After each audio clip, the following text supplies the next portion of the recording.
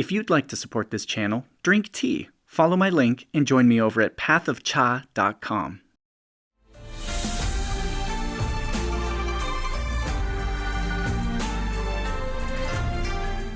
Welcome to the Tai Chi workout. In this session, we're going to be focusing on our Tai Chi stepping and walking, working on changing directions, moving in and out, and maintaining our structure and weight distribution in the process. Let's begin with some breathing to get ourselves grounded, get ourselves rooted. So we'll stand out at a third line distance with our feet, bring the arms out, up, down, and sink down with it. Bring the arms up, inhale, nice and big into the dantian. Exhale, everything sinks, again up. Inhale, exhale and compress. Inhale into the dantian, draw the air deep.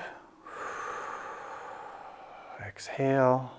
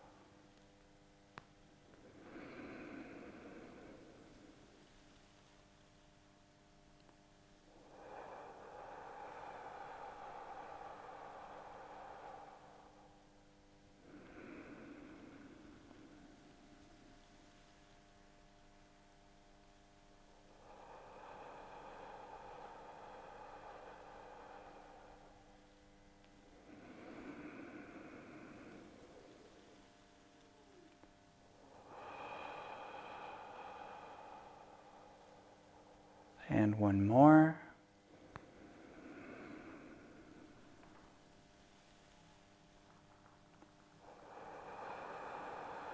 Sink down and hold. Regulate your breathing, nice and smooth, in through the nose, out through the nose. Keep your tongue on the roof of your mouth.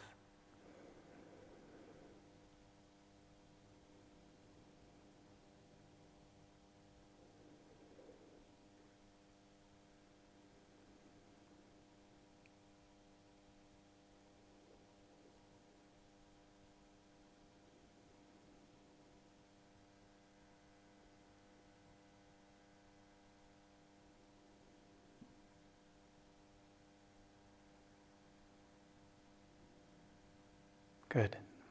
Now, let's step forward to a bow stance. We're going to reach forward, shift back, and pull the hands back towards the dantian. Sweep the arms out, forward. Don't let them touch. Pull them back, reach out and forward, about the distance of a watermelon or a basketball. Forward, back, nice and smooth.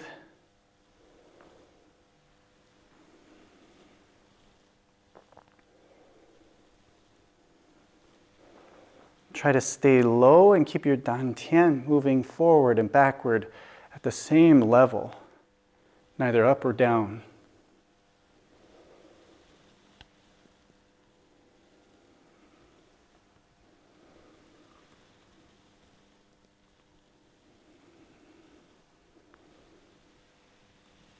One more. And then we'll do the same thing to the other side. Reaching forward, shifting back.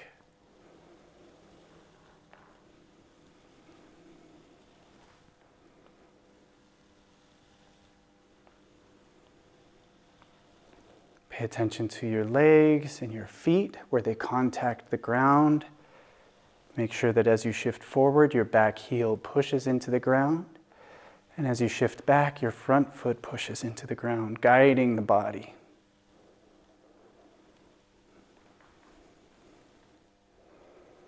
Both feet need to be working. It's not just one leg pushing, but the other one supporting as the body shifts forward.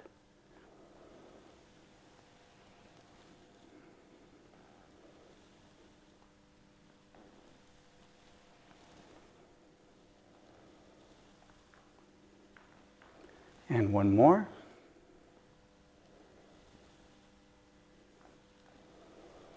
Good. Now, in shifting forward and backward, we're making sure that our stabilizer muscles are working, we're working the leg muscles, we're opening up the gua, and we're keeping the knees pressed out for some good Peng energy. But it's also important to have good support in the in-between movements of our stepping. So we're going to be doing some single-legged squats to develop a little bit more leg strength. Take your arms, we'll just hold them out in front. This is a good way to make sure that we can see our feet as well as we can maintain good structure with the body. Extend the foot out, we'll touch the heel to the ground, bend your supporting leg, and then we'll come back up. Down, touch, up. 1, up. 2, up. 3, it's all in your supporting leg, up. 4, up. 5, up. 6, up. 7, up. 8, up. Same thing to the other side. The heel just touches. I'm not leaning on that foot. Okay, this is all about that back leg. Bend that knee, get nice and low, touch the heel. 1, down. 2, down.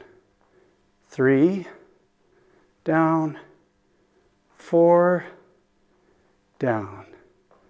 5, down. 6, down. 7, down. 8, and down. This helps us with our forward stepping, so we can shift into our bow stance, but we also need to work on a retreating step, or also as we step up past our balance position and into the next stance. So without our leg being in front, we're going to focus now on adding that extra weight behind the body. This time, notice my foot is behind. I'm going to bend down and touch my toe to the ground. Again, it's just touching. I'm not putting any weight on it. Again, we can take our arms, hold them just like this, nice counterbalance, squat down, bending this knee. 1, down. 2, down. 3, down. 4, down. 5, down. 6, down. 7, down. 8. Same thing, other side. Pivot your foot out a little bit. This helps with the squat. And then our foot rests behind us, all the way down. Ready, and up. 1, up. 2, up. 3, up. 4, up. 5, up. 6, up. 7, up. 8. Make sure as we're doing this, it's not just your leg touching down. This all comes from the other leg bending so that you sink down. Okay, the foot behind is to add some support if you start tipping back, as well as getting used to having some weight carry behind you for as you step forward, or in the case that you're stepping back to retreat, you're not just falling into your foot, you're actually placing it. For our footwork, I'm going to use a pad to help illustrate our stepping pattern. So if you have something about this size, a pillow, a cushion, anything large, we're going to be stepping around it, just something that can be somewhat of an obstacle in front of you.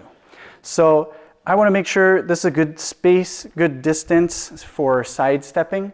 But from here, we're basically going to be stepping forward, stepping back, and stepping forward, making a U shape. Now we'll do this with our ward-off technique. And there's 2 times that we see ward-off. One is stepping out with the ward-off, like in the beginning of the long form, or sometimes before we begin doing our wave hands like clouds. But then there's also the other ward-off where we turn the shoulders all the way in for grasp bird's tail. And we're going to be doing both of them. So think of this more in terms of a side ward-off and a front ward off. Now to make things simple, we'll have our ward off hand that's going to be in front of us, elbow bent, arm extended. This check mark right here between the thumb and the index finger, this is going to be at mouth level, and we're going to keep that hand forward. Our other hand will always be back. So the difference between our side ward off and our front ward off is all in how far we turn the chest. Right now, you can see my center line. I'm not turned. This is the side ward off. When I turn to face towards my arm, this is now the front ward off. Okay? So now let's work on adding this with our stepping. We're going to step from bow stance to bow stance. Let's begin on one side of our pad. I'm going to bring my hand up in the direction that I'm going to step. My other hand, I can press the palm down, step out, and then we have our side ward off. So I'm not looking towards my hand. I'm thinking of pushing, making space right here. Think of opening a door so that now I can step through. From here, I'll step forward, and now I will change my hands for the ward off. This time, my chest faces forward. I'm along the side. My hand is forward here. My other hand is pushing back. Now, as we transition, and I shift back, I'm going to have a good controlled step, but I'm going to keep pressure with this arm for my side ward off. So I never lose that intention and never lose that structure as I step out into the side. From here, I'm going to open that door, step forward, and forward ward off. Again, keeping that structure right here. I'll step back, keeping that control. Lean into it, ward off. Bring that hand underneath. Forward, ward off. Okay? Let's try this again. Now this time that you can see where I'm moving, I'll move straight forward and back. We'll begin from our center position. I'm going to bring up my hand. We'll step out towards this side. Side ward off. Get your other hand ready. Maintain structure. Forward ward off. Keeping structure here. Shifting back. Across for our side ward off. And then now the other arm comes up. Forward ward off. Stepping back. Maintaining that intention. Coming across. Forward ward off. Changing hands, step back, same hand, stepping forward, forward ward off, changing hands again. Let's step out, we'll do 8 more. Stepping forward, 1, shifting back, maintaining, stepping out, forward ward off, 1. Stepping back, maintaining structure, forward, 2, stepping back, structure, forward, 2, back, side ward off, forward, front ward off, 3, back, forward, 3,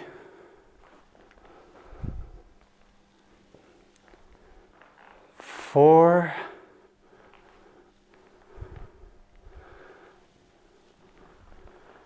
4,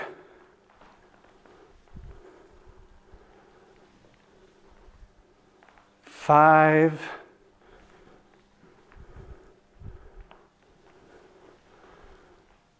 5,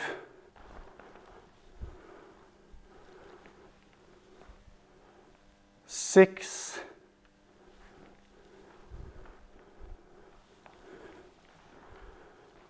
6,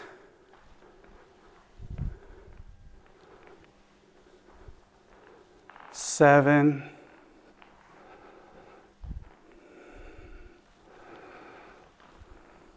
7, last one on each side, 8,